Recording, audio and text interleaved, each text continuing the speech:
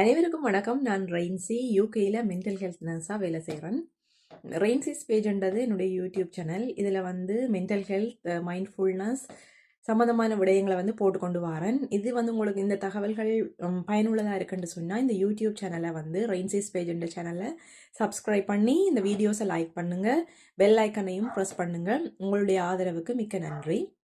குழந்தையொண்டு பிறந்து வளர்றது, அது அறிவு ரீதியாக வளர்றது, உடல் ரீதியாக வளர்றது, சமூக ரீதியாக இப்படி எல்லா துறையிலையும் அந்த குழந்தை வளர்ந்து வரும் பொழுது அதில் வளர்ச்சியில் மிக முக்கியமான பங்களிப்பு செலுத்துறது விளையாட்டு தான், வேற ஒன்றும் இல்லை.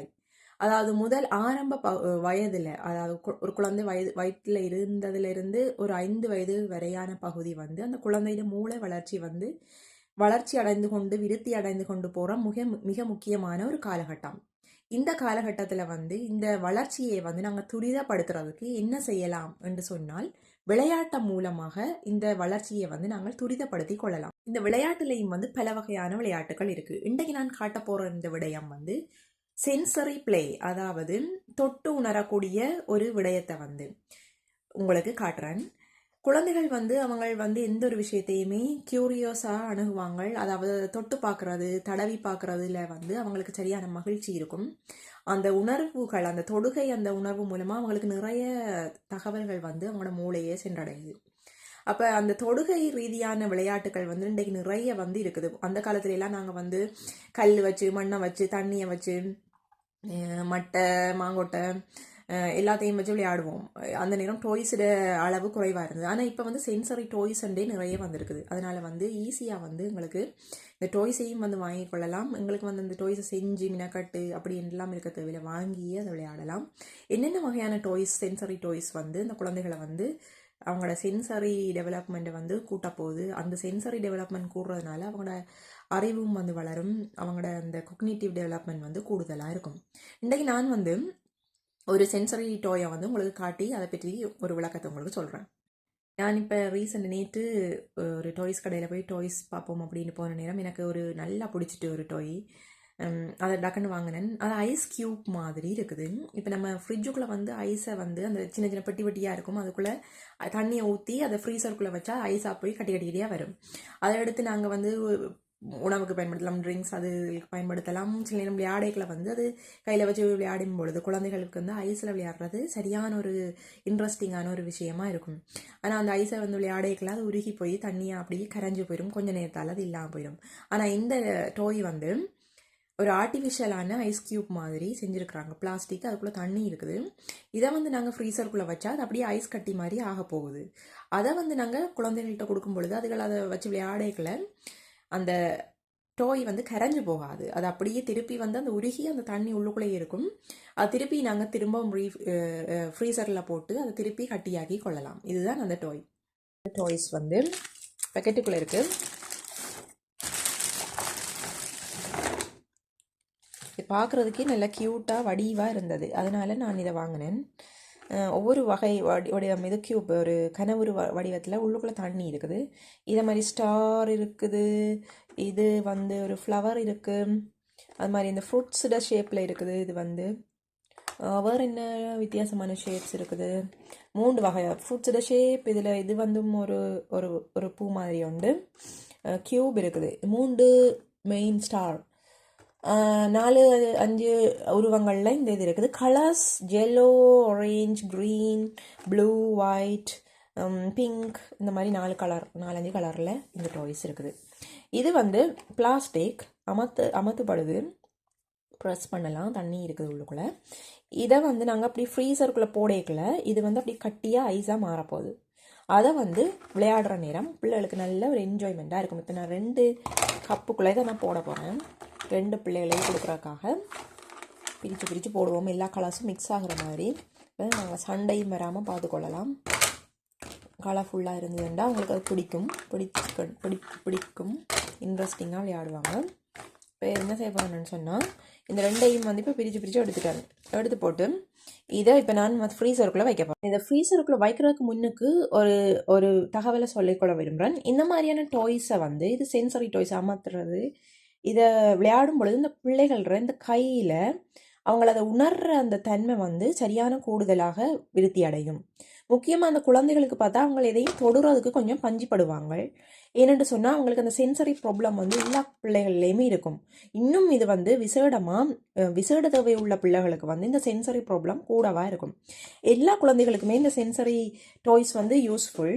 ஏனென்றால் இப்படியான இந்த சாஃப்ட் டாய்ஸை வந்து அவங்க டச் பண்ணி விளையாடும் பொழுது அவங்களோட அந்த கை வந்து எந்த வகையான மேற்பரப்பையுமே தொட்டு உணர்றதுக்கு பழக்கப்படும்.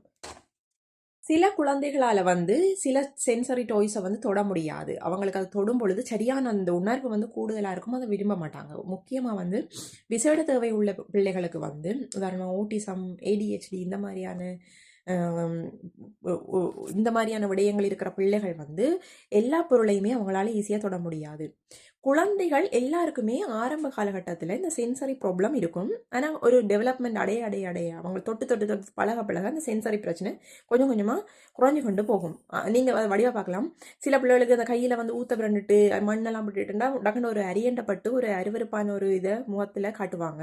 இல்லை அந்த இடத்த விட்டு டக்குன்னு எழும்பிடுவாங்க, டாய்ஸை கீழே போட்டுருவாங்க. இப்படி ஏதாவது ஒன்று செய்வாங்க. இது காரணம் வந்து சென்சரி இஷ்யூ. இது வந்து கூடுதலான அளவில் விசேட தேவை பிள்ளைகளுக்கு இருக்க போகுது. அப்போ எல்லா குழந்தைகளுக்குமே விசேட தேவை சாதாரண பிள்ளை எல்லாருக்குமே வந்து சென்சரி பிளே வந்து அவங்களோட இந்த முதல் 5 வயதில் வந்து 5 வயதுக்கு உட்பட்ட இந்த காலகட்டத்தில் நாங்கள் எவ்வளவுக்கு எவ்வளவா சென்சரி பிளே அவங்களுக்கு கொடுக்குறோமோ அந்த அளவுக்கு அவங்களோட அந்த சென்சரி ரெகுலேஷன் வந்து நடக்கும். இதனால எந்த வகையான மேற்பரப்பு கரடு முரடாக இருந்தாலும் சரி, சாஃப்டாக இருந்தாலும் சரி, வேறு வேறு டெக்ஸ்சரில், வேறு கலர்ஸில், வேறு மாதிரி என்னவா இருந்தாலும் அவங்களுக்கு ஈஸியாக வந்து அதை தொட்டுக்கொள்ளக்கூடியதாக இருக்கும். ஒரு மேற்பரப்பை தொடுறது மட்டும்தானா நன்மை அப்படின்னு கேட்டால் இல்லை. ஏன்னா இவங்களோட வாழ்க்கையில் அன்றாட செயற்பாட்டில் வந்து சில விஷயங்களை தொட வேண்டி வரும், சில விஷயங்களுக்கு மேலே நடக்க வேண்டி வரும். அப்போ வந்து எங்களுக்கு வந்து அந்த உணர்வு வந்து ஒரு ப்ளசண்டான மகிழ்ச்சியான உணர்வாக இருக்கணும். ஒரு குழந்தைக்கோ அல்லது ஒரு ஆளுக்கோ வந்து ரொம்ப தொடுறதுல கஷ்டமாக இருக்குது, அல்லது ஒரு விஷயத்தில் நடந்து போகிறது, ரோட்டில் நடக்கிறோம், அந்த ரோடு கரடு முரடாக இருக்குது அப்படின்னு சொன்னால் அந்த ரோட்டில் எங்களுக்கு அது சரி பரவாயில்லன்னு நடக்கக்கூடிய அந்த இது வரணும். அதுதான் அந்த சென்சரி ரெகுலேஷன். ஆனால் சில பேருக்கு அந்த இதில் நடக்கவே முடியாது, காலையே வைக்க முடியாது. செருப்பு இல்லாமல் மண்ணுலேயோ ரோட்லேயோ காலையே வைக்க முடியாத ஒரு பெரியவர்கள், வளர்ந்தவர்கள் கூட நாங்கள் பார்ப்போம். காரணம் என்னென்னா அவங்களுக்கு இன்னும் அந்த சென்சரி வந்து ரெகுலேட் ஆகலைன்றதுனால. ஆகவே சின்ன வயதுலேயே இந்த பிளேஸை வந்து நாங்கள் கூட கூட கொடுக்குறதுனால அந்த குழந்தைகளுக்கும் சரி, அவங்க வளர்ந்து வரும்பொழுது அந்த சென்சரி ரெகுலேஷன் வந்து நல்ல வடிவாக டெவலப் ஆகிரும். இதால் இன்னும் ஒரு நன்மை வந்து இந்த இந்த அந்த கலர்ஃபுல்லான டாய்ஸ் மூலமாக வந்து நாங்கள் நிறைய விஷயங்களை பிள்ளைகளுக்கு படித்து கொடுக்கலாம். நம்ம இந்த ஐஸ் கியூப்பை வச்சு என்ன சொல்லலாம், இந்த ஷேப்பை பற்றி சொல்லிக் கொடுக்கலாம். ஒரு ஒரு வடிவத்தில் இருக்குது, கியூப் மாதிரி இருக்குது, கலர் இருக்குது, இதுக்குள்ளே தண்ணி இருக்குது அப்படின்ட்டு இதில் கலர்ஸை பற்றி நாங்கள் இன்ட்ரடியூஸ் பண்ணலாம், இதில் ஷேப்பை பற்றி இன்ட்ரடியூஸ் பண்ணலாம். இந்த மாதிரி சில ஒரு பேசிக்கான ஒரு ப்ரீ ஸ்கூல் நாலேஜையும் வந்து நம்ம கொடுக்கலாம். கலர்ஸ், ஷேப்ஸ் இதுகளெல்லாம் வந்து பிள்ளைகளுக்கு படித்து கொடுக்குறதுக்கு ஒரு இன்ட்ரெஸ்டிங்கான ஒரு விடயங்களாக இருக்கும். நாங்களும் வந்து இப்போ புத்தகத்தை எடுத்து வச்சு கலர், இதுதான் இந்த கலர், இதுதான் இந்த கலர், அல்லது இதுதான் இந்த ஷேப்னு சொல்கிறதையும் விட இப்படியான உருவங்களை வச்சு, அதுவும் ஒரு இன்ட்ரெஸ்டிங்கான உருவங்களை வச்சு செய்யும் பொழுது எங்களுக்கும் இது ஈஸியாக அவங்களுக்கு படித்து கொடுக்கக்கூடியதாக இருக்கும். அதே நேரம் பிள்ளைக்கும் வந்து அதை ஈஸியாக விளங்கி கொள்றதுக்கு இலகுவாக இருக்கும். அதுகளுக்கு இந்த சென்சரி பிளேஸ் வந்து நல்ல ஒரு ஹெல்ப்ஃபுல்லான ஒரு விஷயமா இருக்குது. ஃப்ரீசருக்குள்ளே போட்டு மூடியாச்சு. இப்போ பார்ப்போம், ஒரு குறிப்பிட்ட அளவு டைம் வரைக்கும் இது இருக்கட்டும். இருந்த டைமுக்கு பிறகு வந்து எடுத்து அதை வந்து பிள்ளைகளுக்கு விளையாட கொடுப்போம். விளையாட கொடுக்கும்பொழுது அதை இந்த அளவுக்கு இன்ட்ரெஸ்டிங்காக விளையாடுறாங்க அப்படின்றத பார்ப்போம்.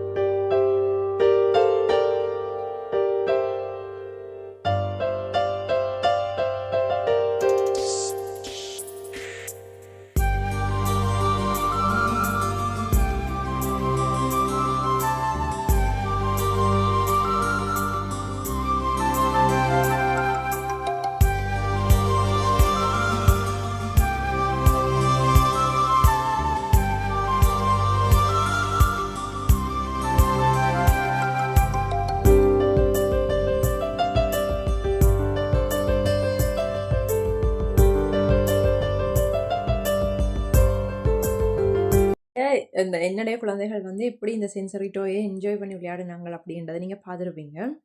நான் இப்போ என்ன உங்களுக்கு கடைசி மெசேஜாக சொல்ல வரேன்னு சொன்னால், இப்படி கட்டாயம் வந்து இந்த மாதிரி டாய்ஸை வாங்கித்தான் நாங்கள் கொடுத்து பிள்ளைகளை விளையாட வைக்கணும் அப்படின்ட்டு கூட இல்லை. இது ஒரு நான் வாங்கின டாய், அது எனக்கு பிடிச்சிருந்தது, அதை பற்றி ஒரு சொல்லணும் அப்படின்றதுனால இந்த வீடியோவை நான் போட்டேன். ஆனால் அதே நேரம் வந்து டாய்ஸை வந்து நாங்கள் முடிஞ்ச வரைக்கும் அதுகளுக்கு நிறைய காசு செலவழித்து வாங்கி அதை வாங்கி விளையாட கொடுத்து, ஒருவேளை நம்ம வாங்குற டாய் பிள்ளைக்கு பிடிக்கலைன்னு சொன்னால் நமக்கு அதை நினைச்ச ஒரு ஸ்ட்ரெஸ் வந்துடும். என்னடா இவ்வளோ காசை கொடுத்து வாங்கி பிள்ளை தூக்கி போட்டுட்டு போயிட்டு அப்படின்ட்டு நமக்கு கவலை வந்துடும். அப்படி இல்லாமல் வந்து இந்த சென்சரின்ற விஷயத்தில் வந்து நமக்கு டாய்ஸையும் விட நிறைய இயற்கையான விஷயங்கள் மூலமாகவும் செய்யலாம். நம்ம தண்ணி ஒரு சென்சரி, தண்ணியில் விளையாடுறது, மண்ணில் விளையாடுறது, அல்லது இப்போ எல்லா வீட்லேயும் ஃப்ரிட்ஜ் இருக்குன்னு சொன்னால் அந்த ஐஸ் க்யூப்ஸை வச்சு விளையாடலாம். அல்லது சில துணிகள் வந்து ஒரு சாஃப்டான துணியாக இருக்கும், அதுகளில் வந்து ஒரு பொம்மை செஞ்சு விளையாடலாம். அல்லது ஒரு சில துணிகள் கரடு முரடான துணிகளாக இருக்கும். அந்த கரடு முரடான துணியில் ஒரு உடுப்பு இருந்தாலே பிள்ளை போடாது. ஏனெண்டா அது காரணம் வந்து சென்சரி இஷ்யூ இருக்கிறதுனால அந்த பிள்ளைக்கு அந்த துணியில் உடுப்பு போடுறது பிடிக்கல. அப்போ அதை உடனே உடுப்பை வாங்கி கொடுத்து போட சொல்லும் பொழுது பிள்ளைக்கு கஷ்டம்.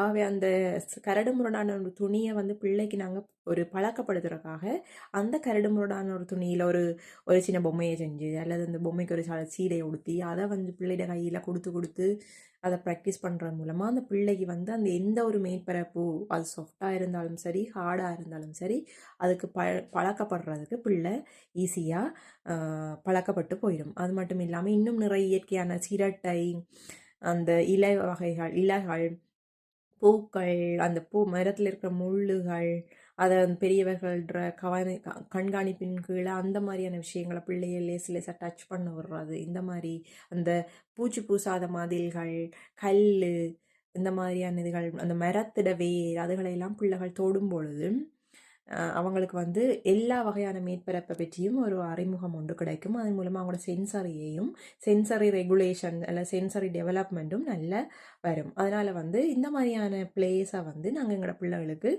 இன்னும் இன்னும் நிறைய வந்து கண்டுபிடிச்சி கொடுத்து அவங்களோட சென்சரி ரெகுலேஷன் கண்டுபிடிச்சி கொடுத்து நான் சொல்ல வர்றது வந்து டாய்ஸை வாங்கி தான் கொடுக்கணும் அப்படின்ட்டு இல்லை. எங்களை சுற்றி இருக்கிற எல்லா விஷயத்துலையுமே சென்சரி இருக்குது. அதுகளை வந்து பிள்ளைகளுக்கு பழக்கப்படுத்துகிற மூலமாக அவங்களோட சென்சரி ரெகுலேஷனை வந்து இம்ப்ரூவ் பண்ணிக்கொள்ளலாம். நன்றி, வணக்கம்.